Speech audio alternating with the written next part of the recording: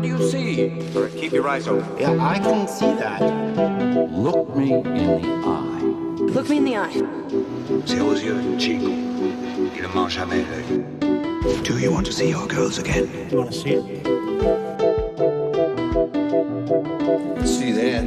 I can see that. Bonjour à tous. Après l'épisode sur les super-héros, sur les backstories des super-héros qu'on a effectué pour l'épisode du mois de janvier, c'est à moi de vous présenter le film en bref. Et donc du coup pour cet épisode, j'ai choisi Batman Begins de Christopher Nolan. Your parents' death was not your fault. My parents deserve justice. I cannot let that pass. If you make yourself more than just a man, then you become something else entirely.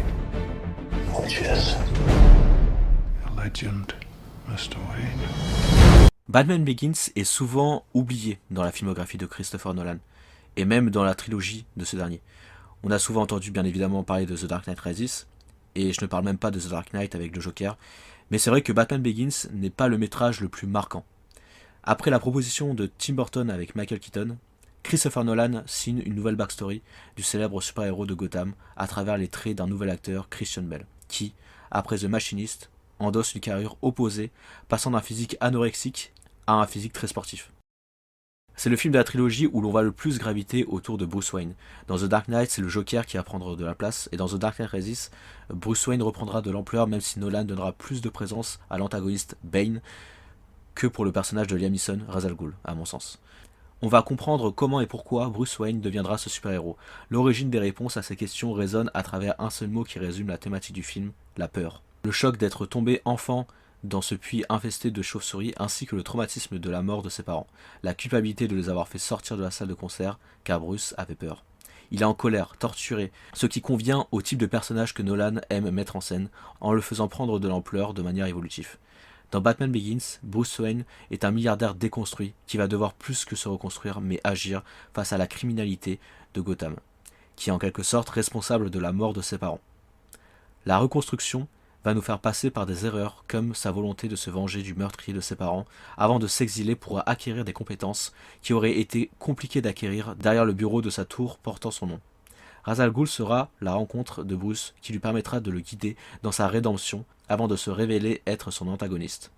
La peur reviendra à travers l'attaque terrorisme de Ra's al Ghul qui se servira de la peur pour consumer Gotham.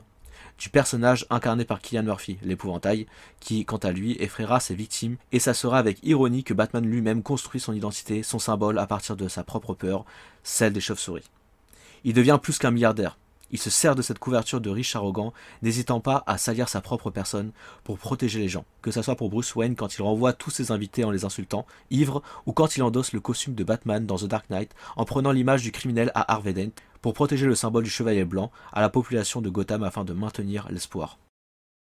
Batman Begins est différent même dans son image, que ce soit par sa colorimétrie jaune marronâtre qui dénote avec les deux prochains volets à la tonalité beaucoup plus réaliste ou l'étrange parti pris de Christopher Nolan qui n'a pas habitude d'utiliser des effets visuels aussi cheap tout en l'assumant.